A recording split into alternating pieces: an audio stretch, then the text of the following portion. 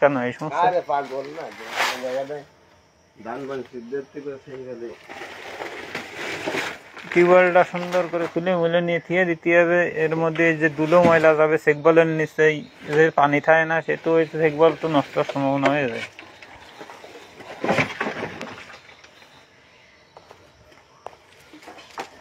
আজকে কিছু সারাও লাগবে না, লাগবে না আছে কি? আচ্ছা, আব্বা নিয়ে আসছে। ভাই একটা জিনিসের সুবিধা আছে, কি কাউ আমরা গোড়ায়াত দিয়া লাগবে না, বুঝছো? কারণ আগের বেলা সেট আপ করে দিয়ে গেলাম না, গোড়ায়াত দিলে বিরাট পেড়ায় ভর্তি হয়, ঝামেলা হয়ে গেছে। আমাকে তো মনে করো 2 ইঞ্চি সাইজের রেঞ্জ পাতি ঝামেলা, ওদের একটু মনোমুগ্ধকর ভাবে যে ফিটিং করব, সে পরিবেশ থাকে না। সমস্যা নেই, ঠিক আছে।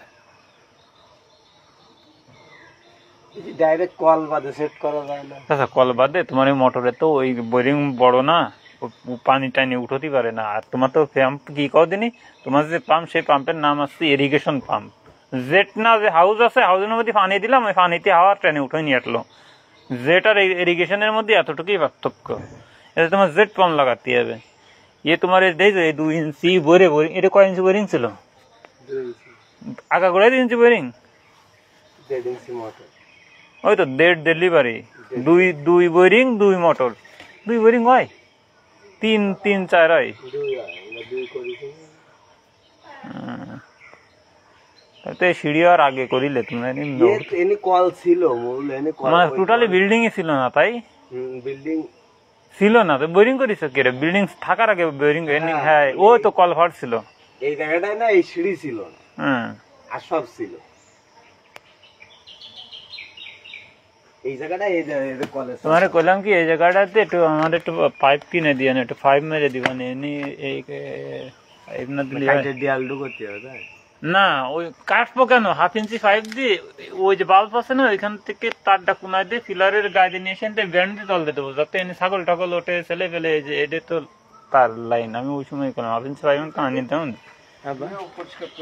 যদি হয় তাহলে পাইপ দিয়ে দিই আজকেই। এই তো এই ছাড়া আর কিছু না, এই ছাড়া তো আর কিছু না, এই কয়টাই। কি লাগবে তোমার? থ্রেড টেপ লাগবে, থ্রেড টেপ লাগবে, আঠা লাগবে। আঠা তো আছে? আঠা আমার কাছে আছে। থ্রেড টেপ কয়টা? 5টা। যাওয়াই দেখবানি। আর এই সিকবলের কি অবস্থাটা কবে কিটা? তাহলে অসুবিধা নেই, সিকবল লাগবে না। যে তো ওই লাগানো রয়েছে, তো ওই পানি যখন না হাতায় তখন ওই সিকবল হার্ড হয়ে যায়, ফিরে পানির সাথে আলে যায়। হ্যাঁ বলেন। হ্যাঁ, একবার স্থায়ী করে ফেলানো থাকবে, তাই চেষ্টা করে দেখতে পারি। কিন্তু এনে আসছে কি এই আপনার এই জেট পাম্প তো এইখান থেকে ওই জায়গায় যাবে, কিন্তু পানিটাই তললে এখান থেকে বেরোবে। সে ঠিক আছে, কিন্তু ঝামেলা হয়ে গেল কি এই জেট পাম্প তো মেলা টানতে পারে না, টানার ক্ষমতা কম। মানে ও যত বোরিং এর গোড়ায় লাগাবেন ও ফেলতে পারবে। আর যদি আপনার এনে যদি হ্যাঁ তাই দেখছেন স্পিড যে আমরা সেট করিলাম, তার স্পিডটাই কমে গেছিল। এই জন্য এই পাম্প ধারে রাখতে হবে। তাহলে এক কাজ করেন, আপনি এই জায়গাটা, আমি এই জায়গাটা ফিটিং করে দিই, এই জায়গাটা একটা খেসা সিস্টেম করে নেন, পুরো দেয়াল বানাই গাইতে এই পাশে একটা দরজা দিয়ে ওর মধ্যে আমরা খুলতে পারি, আর মুখটা এরম দিকে থাকবে। এনে গাইতে দিলেন 3 ইঞ্চি। আচ্ছা, সিঁড়ির তলে তোমার এখানে কি কাজে লাগাবা? একটু জায়গায় খোলা কোনি যান, আমার ভিতরে জায়গা আছে তো। আমার এই পর্যন্ত যদি 3 ইঞ্চি গাঁথনি দিয়ে এই জায়গাটা একটা ফ্লোর করে দিয়ে ওখানে মোটরটা সেট করে দিই, তাহলে এই সিঁড়ির তলে তো খুলতে কোনো সমস্যা নেই আমার। আর খোলা ওর তো লাগবে না, মোটরে ডিস্টার্ব না হলে খোলা লাগবে। তাহলে এই বারবার খোলা লাগানো এটা বিরাট পেড়ার কাজ। হ্যাঁ, অটো চেক বল কি এর সাথে ছিল? ওইটা একটু ডিস্টার্ব আছে, কারণ কি কদি ও তো লুজ পানি তোলেছে, লুজ পানিতে তো আরো কষ্ট হয়নি। কিন্তু বোরিং এর যে লিয়ারের পানি উঠে হবে, চেক বল যদি হালকা একটু পানি যদি পুরে জাতি লাগে, টান তো তাই নিচের দিকে। চেক বলটা করে না হলে পানিটা মনে করে ঝামেলা করে।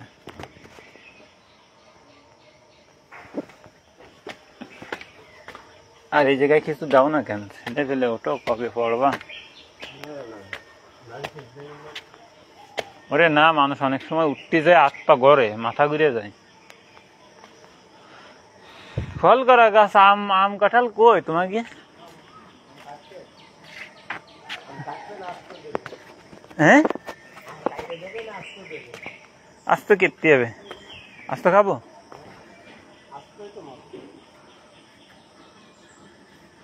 আস্ত হ্যাঁ, আম খাচ্ছি।